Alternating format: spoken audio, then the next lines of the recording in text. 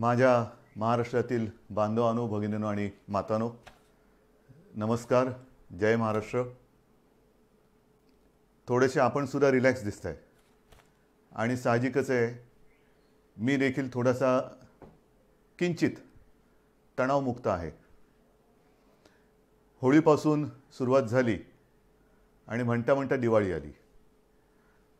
येत्या काही दिवसामध्ये दीपावली आहे. दीपावलीचा मंगल सण आहे.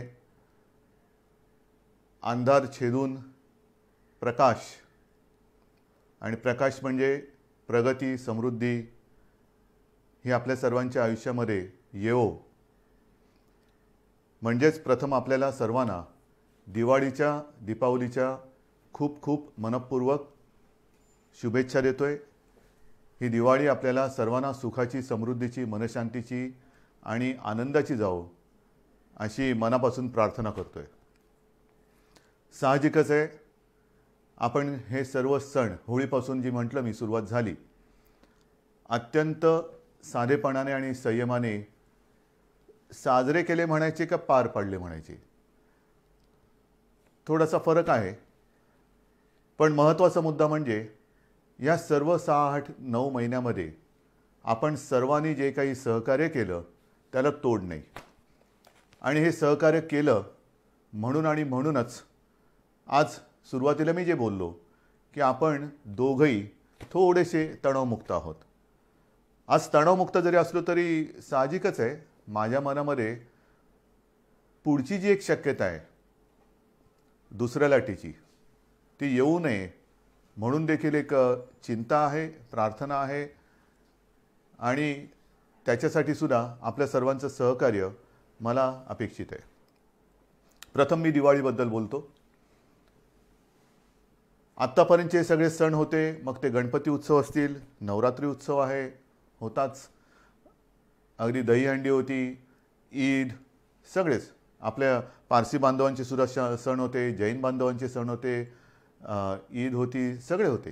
हे सगळे सण आपण अत्यंत संयमाने घरातल्या घरामध्ये एकमेकाला, हल्ली व्हॉट्सॲपवरनं झाले ना सुरू, हॅपी दिवाळी, हॅपी हे, हॅपी ते, ह्या ह्याच्यातनं साजरे केले. आता दिवाळी आली, जवळपास सगळं काही आपण उघडलेलं आहे.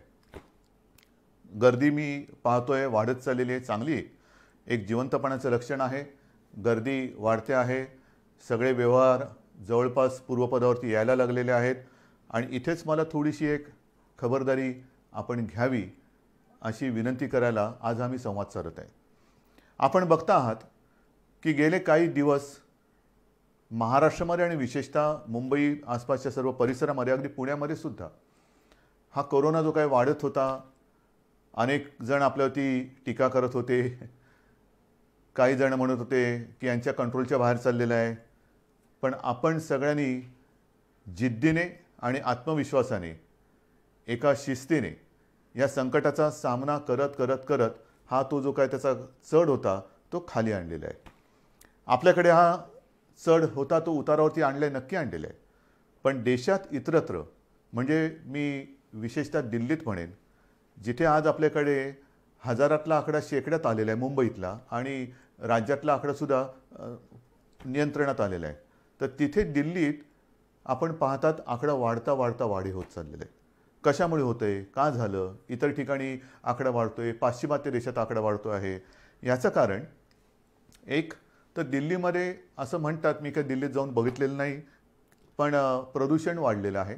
आणि प्रदूषण म्हटल्यानंतर हा जो काही एक विषाणू आहे हा आपल्या श्वसन संस्थेवरती घातक परिणाम करतो. म्हणजे फुफ्फुस असेल, त्या फुफ्फुसामध्ये ते व्हायरल न्यूमोनिया, त्याचा प्रादुर्भाव होतो. आणि काही काही वेळेला किंबहुना अनेकदा आपण बघितलेले आहे की परिस्थिती हाताबाहेर जाते.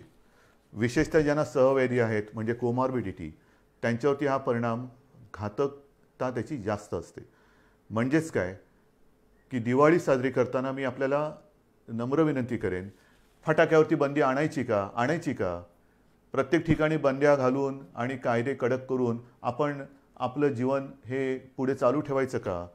आपण आपल्या गोष्टी स्वतःहून, जसं आत्तापर्यंत तुम्ही पाळलं सगळं, तसं स्वतःहून पाळू शकत नाही का? जर आपल्याला लक्षात आलं असेल की एक तर अजूनही औषध नाही आहे, लसीचा पत्ता नाही आहे आणि प्रदूषणामुळे जर हा विषाणू वाढत असेल, आकडा वाढत असेल, तर दिवाळीमध्ये आपण प्रदूषण करणारे फटाके हे वाजवणं टाळू शकतो का? बंदी करायची का? करू शकतो. पण मला असं वाटतं बंदीपेक्षा आपसातला एकमेकावरचा विश्वास जो आहे, आणि मला अनेक जणांनी सांगितलं की आपण जेव्हा बोलता तेव्हा आमच्या घरातलाच एक कुटुंब प्रमुख आमच्याशी बोलतोय, मोठा भाऊ आपल्याशी बोलतोय, असं आपल्याला सर्वांना वाटत असतं. मग त्याच नात्याने आपल्याला सांगतोय.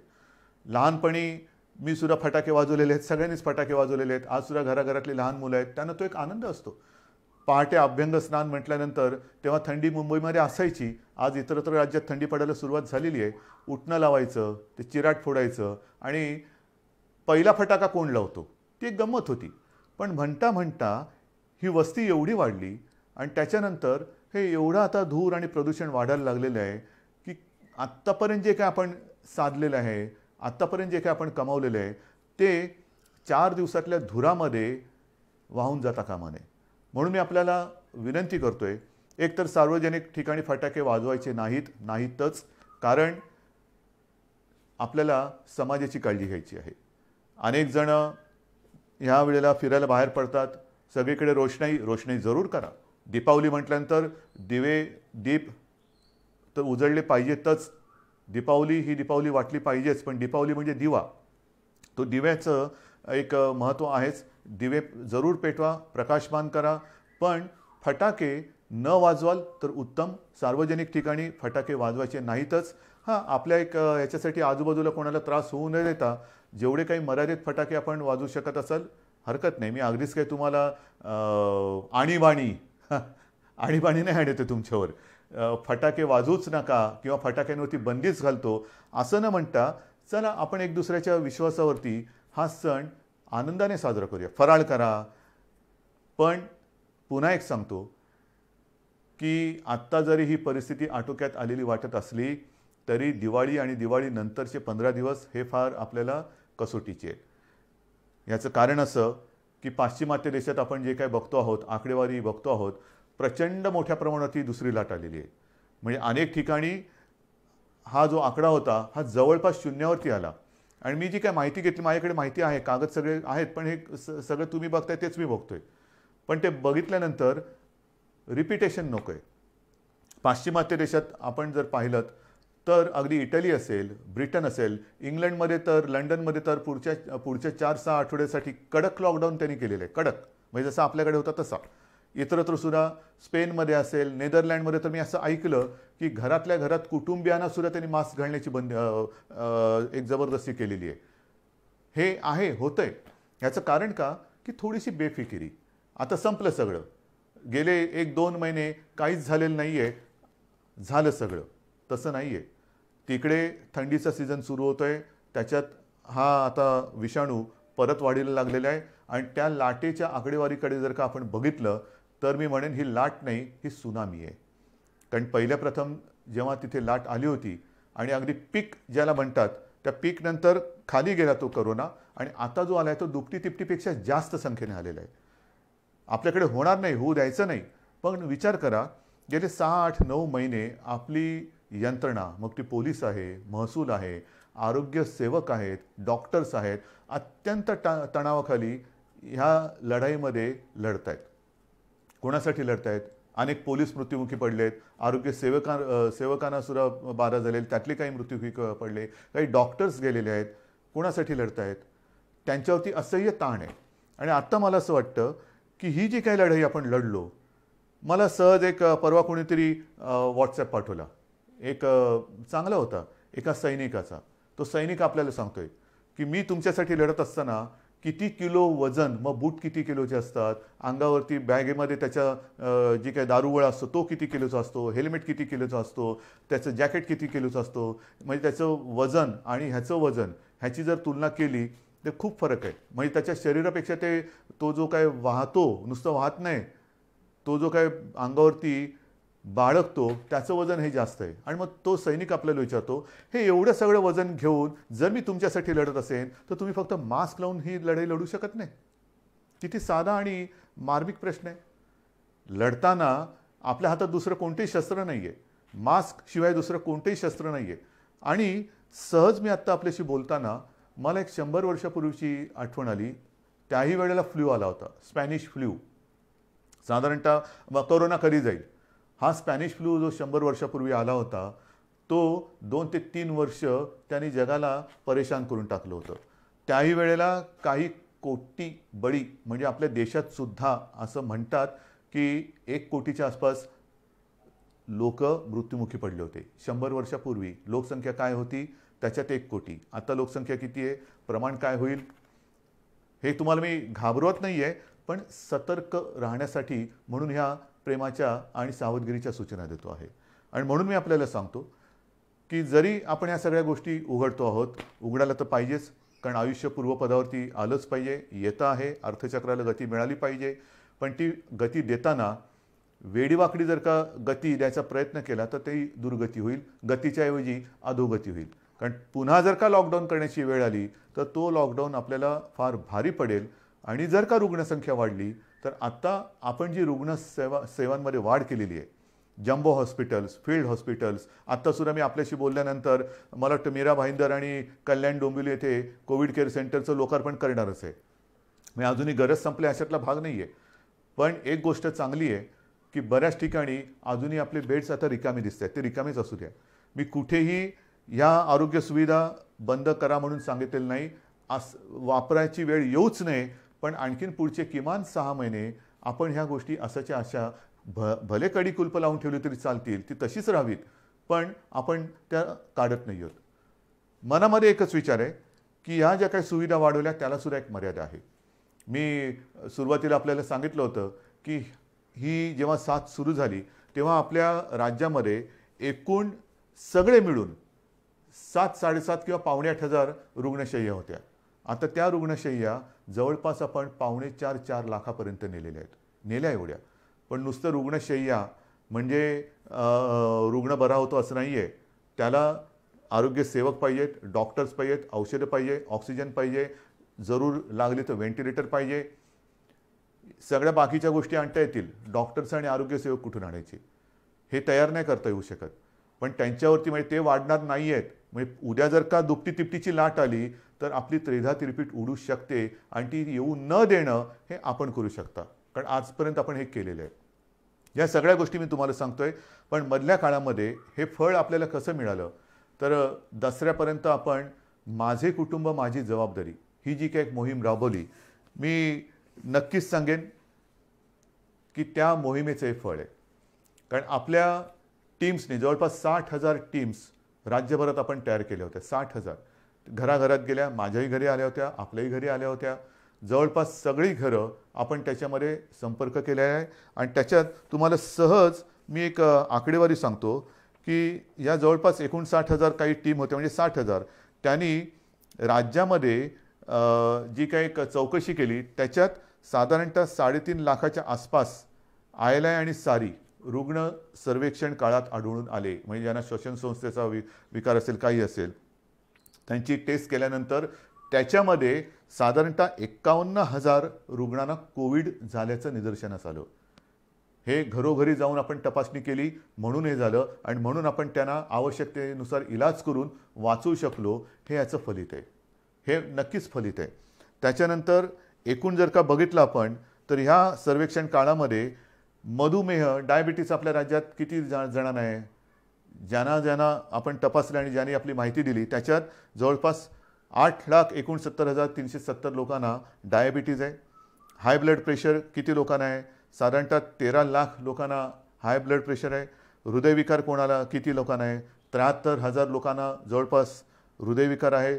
कर्करोगाचे 17,843 आणि इतर आजाराचे साधारणतः 1,06,877 असे सहव्याधी किंवा कोमॉर्बिड ज्याला म्हणतो असे रुग्ण ह्या नागरिकांमध्ये आपल्याला ह्या व्याधी आढळल्या. आणि त्यातले बहुतेक जण आता व्यवस्थित होऊन आपापल्या घरी आहेत. हे या मोहिमेचं फलित आहे. आणि म्हणून ही मोहीम ज्यांनी राबवली त्या 60,000 टीममधल्या सगळ्यांना मी अक्षरशः मनापासून नमस्कार करतोय. महाराष्ट्र आपला ऋणी आहे. आपण अहोरात्र मेहनत केलीत, स्वतःच्या जीवाची पर्वा न करता मेहनत केली. काही ठिकाणी आपल्याला थोडेसे अनुभव आले असतील. काही जणांनी सुरुवातीला दाद दिली नाही. मग त्यांना जेव्हा कळलं की आपल्या भल्यासाठी आहे, मग त्यांनी दरवाजा उघडला आणि आता त्यांना त्यांचा विश्वास आल्यानंतर पुढे या सगळ्या गोष्टी केल्यात. परंतु मी यंत्रणेला सांगितलेलं आहे की हा जो रेकॉर्ड आहे, हा रेकॉर्ड म्हणजे आपल्या राज्याचा आरोग्याचा नकाशा आहे, हेल्थ मॅप. साधारणतः कोणत्या कोणत्या विभागामध्ये काय काय स्वरूपाचे आजार आहेत, किती जणांना आजार आहेत, ह्या सर्वांना शक्य तेवढं संपर्कात ठेवा. एक थोड्या थोड्या कालावधीनंतर त्यांना किमान एक फोन करून तब्येतीची विचारपूस करा. आणि ही विचारपूस केल्यानंतर आपल्याला लक्षात येईल की आपण जी मोहीम राबवतो आहोत त्याचा उपयोग आपल्याला नुसतं निरोगी महाराष्ट्र, सुदृढ महाराष्ट्र वाचून होत नाही. महाराष्ट्र त्याच्यासाठी मेहनत करावी लागते. तर ही मेहनत, ह्या मेहनतीचं एक फळ आहे. म्हणून मी या सगळ्यांना धन्यवाद देतोय आणि त्यांना आणखीन सांगितलेलं आहे की जरा थोडे दिवस थोडी विश्रांती घ्या. पण आता पुढचा टप्पा आहे हा तुम्ही करायचा आहे. ह्याचं कारण असं की जे मी बघतो आहे की मुंबईमध्ये सुद्धा आणि बाहेर सुद्धा मास्क न घालणारी जास्त दिसायला लागलेले आहेत. हे नाही चालणार, अजिबात नाही चालणार. बाकीच्या सगळ्या गोष्टी आपण हळूहळू ओपन करतो आहोत, उघड करतो आहोत. पण मास्क घातला नाही तर त्याला दंड हा केला जाणारच, करावाच लागेल. कारण साधारणतः जे प्रमाण लक्षात येतं आहे, हे आकडेवारी माझी नाही आहे, मी डॉक्टरांशी बोलून हे सगळं करून तुम्हाला सांगतोय की साधारणतः एक कोरोना पॉझिटिव्ह नागरिक जर मास्क न घालता जनतेत फिरला तर एका ह्याच्यात तो जवळपास जेवढा फिरेल, गर्दीमध्ये फिरला तर किमान 400 जणांना तो संक्रमित करू शकतो. म्हणजे एक 400 ना करतो, म्हणजे 400 पुढे किती ना करतील. म्हणजेच काय की समाजासाठी आपल्याला ह्या गोष्टीची खबरदारी घ्यावीच लागेल. कोणत्याही परिस्थितीत आपल्या हातामध्ये लस नाही, औषध नाही. स्पॅनिश फ्लूच्या वेळेला सुद्धा हीच त्रिसूत्री होती: मास्क लावा, अंतर ठेवा आणि हात धुत राहा. गर्दी वाढते, गर्दी टाळणं गरजेचं आहे. काय काय उघडणार, आज उद्धव ठाकरे काय बोलणार, कोणती घोषणा करणार, काय घोषणा करू. घोषणा करायला ही काही राजकीय सभा नाही आहे, पण घोषणा करायची असेल तर मी हेच सांगतोय की या कठीण काळात सुद्धा आपण खूप गोष्टी उघडलेल्या आहेत. दिवाळीनंतर सुद्धा आपण शाळा साधारणतः आता 9वी, 10वी, 11वी, 12वी ह्या वर्गांमध्ये आपण ते पहिले सुरू करतो आहोत. त्याच्यात सुद्धा पूर्ण खबरदारी घेण्याच्या सूचना सर्वांनी दिलेल्या आहेत. शिक्षकांची टेस्ट होणं गरजेचं आहे, मुलांची सुद्धा गरजेनुसार चाचणी होणं गरजेचं आहे. आणि त्या पलीकडे जाऊन मंदिरं कधी उघडणार ना, मंदिरं उघडणार आहे, प्रार्थनास्थळं पण उघडणार आहे. पण मला असं वाटतं साधारणतः पुढच्या आठवड्यात दिवाळी आलेली आहे. दिवाळीनंतर आपण एक नियमावली करू. नियमावली काय आहे तर हीच नियमावली आहे: गर्दी टाळा. कारण मंदिरांमध्ये आपल्या घरातले ज्येष्ठ, आपले आई वडील असतील, आजी आजोबा असतील, हे जात येत असतात. आपण त्यांनाच तर जपत आलेलो आहोत. आज पण असंच सांगतोय की शक्यतोवर कोणीच अनावश्यक कोणी घराबाहेर पडू नये, हे तर आपण बोलतोच आहोत. परंतु ज्येष्ठ नागरिकांनी घराबाहेर पडू नये अशीच एक आपली साधारणतः आज देखील सूचना आहे. मग बागेत फिरलात, अंतर ठेवून राहिलं पाहिजे. मंदिरामध्ये काय होतं, अगदी सगळ्यांच्याच प्रार्थनास्थळात, मंदिर असतील, मशीद असतील, चर्च असतील, चर्चमध्ये सुद्धा प्रेयर असते, मशिदीमध्ये नमाज असतो आणि मंदिरामध्ये आपल्या आरती असते. अगदी आपण खेटून तल्लीन होऊन आरत्या करत असतो. पण त्या तल्लीनतेचा परिणाम हा नंतर आपल्याला भोगायला लागता कामा नये. कारण आपल्या घरातले माता पिता, आजी आजोबा हे तिकडे गेल्यानंतर समजा कोण तिकडे कोरोना संक्रमित आला आणि मंदिरामध्ये मास्क नसेल, घातलेलं नसेल, चपला बाहेर काढल्याच पाहिजेत, पण मास्क मंदिरात सुद्धा घातलाच पाहिजे, मास्क घातला पाहिजे. पण हे जेव्हा आपण मंदिरं सुरू करू त्यावेळेला ह्या नियमावली व्यवस्थित देऊ. पण त्यांच्या एक काळजीपोटी थोडासा आपण मुद्दामून मी थोडा उशीर करतोय. टीका माझ्यावरती होते, करू द्यात. मी सुरुवातीलाच सांगितलेलं आहे, तुमच्या हितासाठी, महाराष्ट्राच्या हितासाठी जर मला वाईटपणा घेण्याची आवश्यकता असेल आणि जर कोणी मला वाईट म्हणत असेल तर तो वाईटपणा तुमच्या हितासाठी मी घ्यायला कधीही तयार आहे. वाईट म्हणणारे 4 दिवस वाईट मला टीका करतील, पण उद्या जर काही गंडांतर आलं तर त्याची जबाबदारी स्वीकारायला हे कोणी येणार नाहीत पुढे. मग तुमचं तुम्ही बघा, आम्ही बोललोच होतो. पण म्हणून आपण थोडंसं सावधपणाने एक एक पावलं पुढे टाकतो आहोत. तर ही मंदिराबाबतची परिस्थिती आहे. शाळांचं मी तुम्हाला सांगितलेलं आहे. महत्त्वाचं म्हणजे काय की गेले 6-8 महिने सगळं बंद असताना आपण महाराष्ट्रामध्ये ज्या काही गोष्टी केलेल्या आहेत, शिवभोजन आपण सातत्याने त्याची व्याप्ती वाढवत चाललेलो आहोत. 5 रुपयामध्ये गोरगरिबांना जेवण, गेल्या वेळेला मी बोललो तेव्हा 2 कोटीच्या आसपास थाळ्यांचा वाटप झाला होता. आज त्याच्यात आणखीन वाढ झालेली आहे. किती गोष्टी सांगायच्या. विशेष म्हणजे मधल्या काळामध्ये महाराष्ट्र द्वेष्ट्यांनी, मी शब्द मुद्दामून वापरतो आहे की या संकटाच्या काळात जगभर संकट असताना, देशात संकट असताना, राज्यात संकट असताना आणि आपण सगळे कोरोनाच्या संकटाची सामना करत असताना महाराष्ट्र द्वेष्ट्यांनी महाराष्ट्र बदनामीचं जे कारस्थान केलं होतं, महाराष्ट्राची कायदा सुव्यवस्था कोलमडून पडलेली आहे, इकडे सगळं अंमली पदार्थाच्या शेत्या होत्या आहेत, हे मी मागे सुद्धा दसऱ्याच्या भाषणात बोललो. पण ते कारस्थान तोडून मोडून काढून जूनमध्ये आपण 17,000 कोटींचे सामंजस्य करार केले. मला त्याच्याबद्दल अभिमान आहे. काही विदेशी कंपन्या त्याच्यामध्ये आल्या. नुसते सामंजस्य करार म्हणजे कागदावरती करून पावसाळा होता म्हणून कागदी होड्या करून सोडल्या नाहीत पाण्यामध्ये. तर त्याच्यापैकी अनेक जणांना जागासुद्धा दिल्या गेलेल्या आहेत आणि काही जणांना येत्या काही दिवसात जागा दिल्या जातील आणि प्रत्यक्ष कामसुद्धा तिथे सुरू होईल. ही गुंतवणूक आलेली आहे. गेल्या आठवड्यामध्ये त्याचं पुढचं पाऊल टाकलं आहे. 35,000 कोटीचे सामंजस्य करार केलेले आहेत. अनेक वेगवेगळ्या क्षेत्रातील देशी विदेशी कंपन्या महाराष्ट्रामध्ये येत आहेत, ज्याचा आपल्याला अभिमान आहे. हे सगळं तुमचं कर्तृत्व आहे. आपण एक महाराष्ट्राची प्रतिमा ही निर्माण केलेली आहे. त्या प्रतिमेचं हे फलित आहे. म्हणजेच लॉकडाऊन म्हटल्यानंतर सगळे कडी-कुलपं लावून घरी नाही बसलो. घरी तर बसलो आहे. माझ्यावरती टीका केली जाते, पण घरात बसून सुद्धा मी हे काम केलेलं आहे. हजारो कोटींचे सामंजस्य करार हे महाराष्ट्रामध्ये केलेले आहेत. गुंतवणूक येते आहे, उद्योगधंदे सुरू होत आहेत, रोजगार निर्माण होतो आहे, मोठ्या प्रमाणावरती अर्थचक्राला आणि अर्थव्यवस्थेला चालना मिळते आहे. हे फार मोठं काम आहे. आणि आता 2 दिवसापूर्वी मुंबईमध्ये मेट्रोचं काम, आता मेट्रो म्हटल्यानंतर तुम्हाला माहिती आहे, कारशेड, आरेची कारशेड कांजूरला नेली, त्याच्यावरनं टीका. त्याच्यावरती सगळी उत्तरं आपल्याकडे आहेत. व कोणीतरी म्हणालं की ही सॉल्टपॅनची म्हणजे मिठागराची जमीन आहे.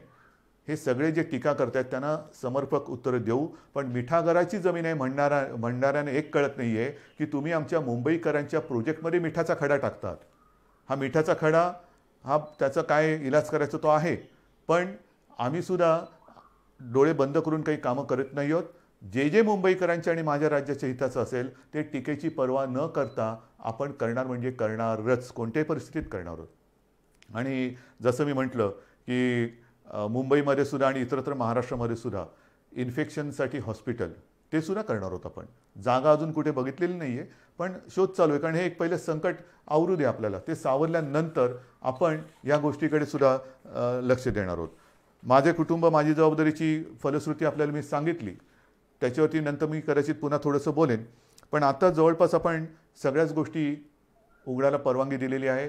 सिनेमागृह, त्याच्यानंतर आपली नाट्यगृह ही सुद्धा काही टक्क्यामध्ये उपस्थिती ठेवून, कारण हळूहळू आपल्याला जायचं आहे, ही उघडायला परवानगी दिलेली आहे. जिम, व्यायामशाळा त्या सुरुवात करायला दिलेली आहेत. रेस्टॉरंट सुरू झालेली आहेत. ग्रंथालय, वाचनालय सुरू झालेली आहेत. मुंबईतील सर्व महिलांना लोकल प्रवासाची मुभा दिलेली आहे. आमच्यासाठी लोकल्स कधी सुरू होणार, केंद्राबरोबर बोलणं सुरू आहे. त्याच्यातसुद्धा आपण मागणी करतो आहोत. त्यांच्याकडनं जसजशी परवानगी येते तसतशी आपण लोकल सुरू करतो आहोत. पियुष गोयल जे चांगलं सहकार्य करत आहेत ते सुद्धा लवकर आपल्याला याच्याबद्दल मदत करतील अशी मला खात्री आहे. सगळ्याच गोष्टी आपण सुरू करत चाललेलो आहोत. एक एक गोष्टी सुरू करत असताना पुन्हा माझं एकच म्हणणं आहे की ही लढाई ही आरोग्याविषयक एका मोठ्या संकटाची लढाई आहे. मेट्रोचं जे मी तुम्हाला सांगत होतो ते पूर्ण करतो. मेट्रोचं जे कारशेडचं एक झालं तो विषय वेगळा, परंतु 2 दिवसापूर्वी मेट्रोसाठीच आपण जर्मनीच्या KfW कडनं जवळपास 545 दशलक्ष युरो एवढ्या रकमेचं कर्ज अत्यंत माफक व्याजदरामध्ये आपण ते घेतलेलं आहे. अत्यंत माफक व्याजदर आहे. म्हणजे ही गोष्ट फार महत्त्वाची आहे. आणि त्या कार्यक्रमामध्ये विशेषतः तिथले ते जे जर्मन अधिकारी त्या संबंधित संस्थेचे आणि इथले आपले कॉन्सिल जनरल वगैरे होते, ते आपल्या मुंबई आणि महाराष्ट्राबद्दल जे बोलले ते फार महत्त्वाचं आहे. त्यांनी हेच सांगितलं की आम्हाला महाराष्ट्रात खूप कम्फर्टेबल वाटतं. महाराष्ट्र आणि आपला देश यांच्याबद्दल त्यांना एक आस्था आहे, पण महाराष्ट्राच्या विकासासाठी ते आपल्या सोबत आहेत हे सुद्धा नाही म्हटलं तरी तुमच्या सगळ्या मेहनतीचं हे फळ आहे. शेवटी राज्य म्हणजे काय?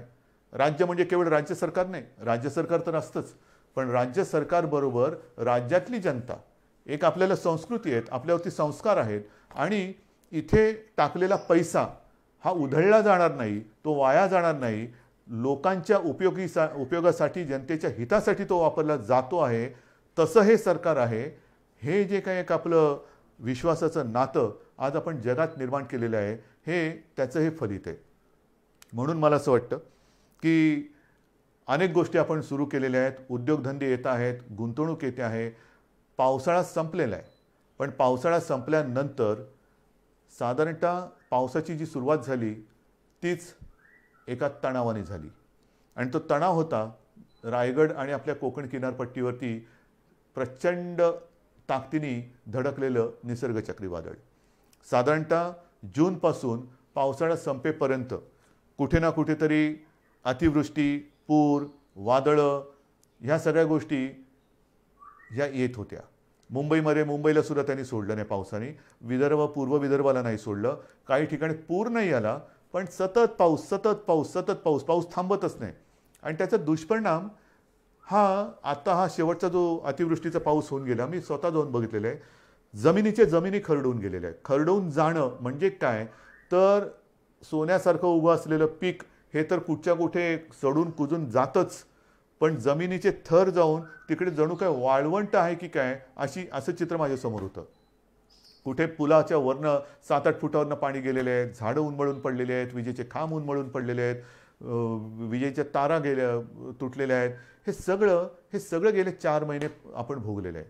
आणि म्हणून जून ते ऑक्टोबर म्हणजे हा पाऊस संपेपर्यंत एकूण जर का बघितलं तर जवळपास महाराष्ट्रातली 41 लाख हेक्टर जमीन ह्या पूर आणि अतिवृष्टीमुळे बाधित झालेली आहे. संपूर्ण शेतकऱ्याची वाताहत झालेली आहे. कोणाची घरदारं वाहून गेलेली आहेत, कोणाची गुरं वाहून गेलेली आहेत, कोणाच्या घरातली माणसं बुडून गेलेली आहेत. काय करू शकतो आपण? काय करू शकतो? जास्तीत जास्त प्रयत्न हाच करायचा, प्राथमिकता प्राणहानी होऊ नये. कारण बाकी सगळ्या गोष्टी पुन्हा उभ्या करायला येऊ शकतात, पण प्राणहानी, मग घरातला माणूस गेला तर काय करायचं? तर त्याच्यामध्ये सुद्धा आपण जवळपास 10,000 कोटी निधी, एकतर तुम्हाला माहिती आहे मी गेल्या वेळेला भाषणांमध्ये बोललो होतो, 38,000 कोटी आपले जीएसटीचे आणि डिव्होल्युशनचे बाकी आहेत, त्यातले आता 5-7 कोटी आलेत म्हणतात, परंतु दर महिन्याला त्याच्यामध्ये वाढ होत चाललेली आहे. म्हणजे होतं काय की ज्या पालिका मग कलेक्टर असतील, तिकडे काय झालं का राज्य सरकारकडे मागणी करणार, राज्य सरकार केंद्राकडे हात पसरणार, केंद्र सरकार हात वर करणार, काय करणार? तर ह्या सगळ्या परिस्थितीचा सामना करत आपण पुढे जातो आहोत.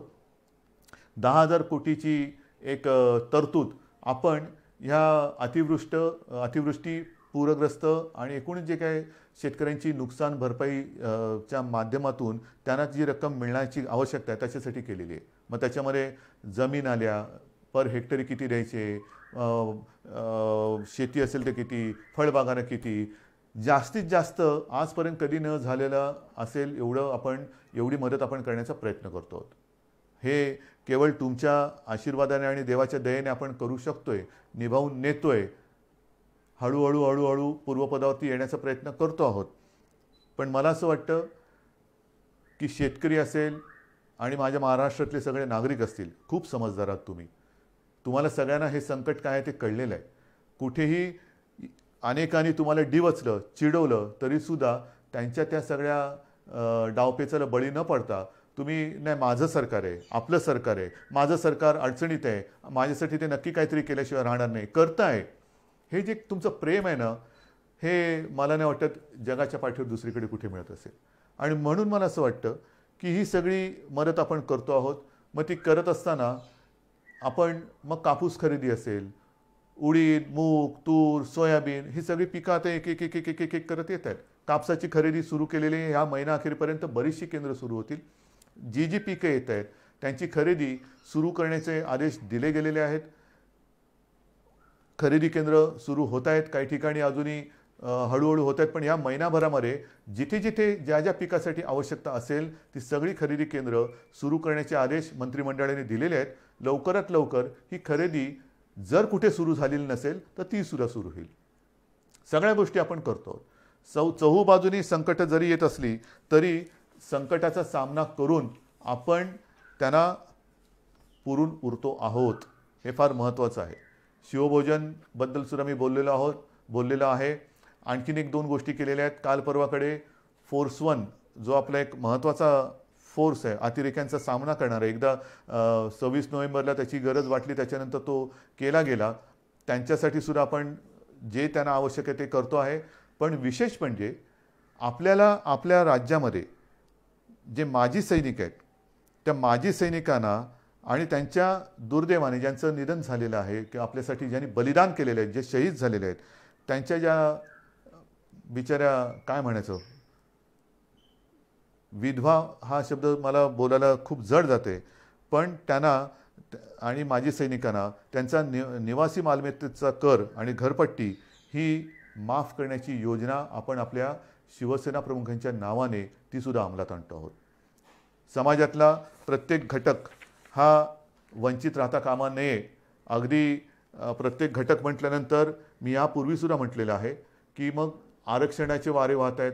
मराठा आरक्षण आहे, ओबीसींचं आरक्षण, ते म्हणतात आमचं काही कमी करू नका, धनगर आहेत, ह्या सगळ्यांना आपण कुठेही वारावरती अजिबात सोडू शकत नाही. कारण जाणार कुठे वारावर सोडून? आपण एकत्रच आहोत. हे सरकार तुमचं आहे. हे सरकार काही परदेशातून आलेलं नाही आहे किंवा परग्रहावरून आलेलं नाही आहे. तुम्हीच आहात ह्या सरकारचे सगळे मालक पालक, सगळे तुम्हीच आहात. आणि तुम्हाला जर न्याय देणार नाही तर मग आणखीन कोणासाठी काम करणार?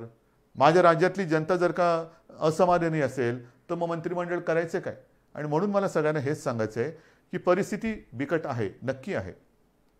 एक तर अर्थचक्र हळूहळू फिरते, त्याच्यातून काही कायदेशीर गोष्टी असतील, आणखीन काही गोष्टी असतील, सगळ्यांचा सामना हा करत करत करत यशस्वीपणाने ठामपणाने आपण पुढे जातो आहोत.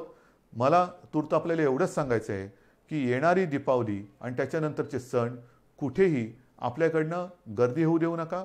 कारण परदेशामध्ये ज्याच्याप्रमाणे मी सांगितलं, माझ्याकडे ती यादी आहे की एकमेकाच्या घरी जायला सुद्धा आता त्यांनी बंदी केलेली आहे.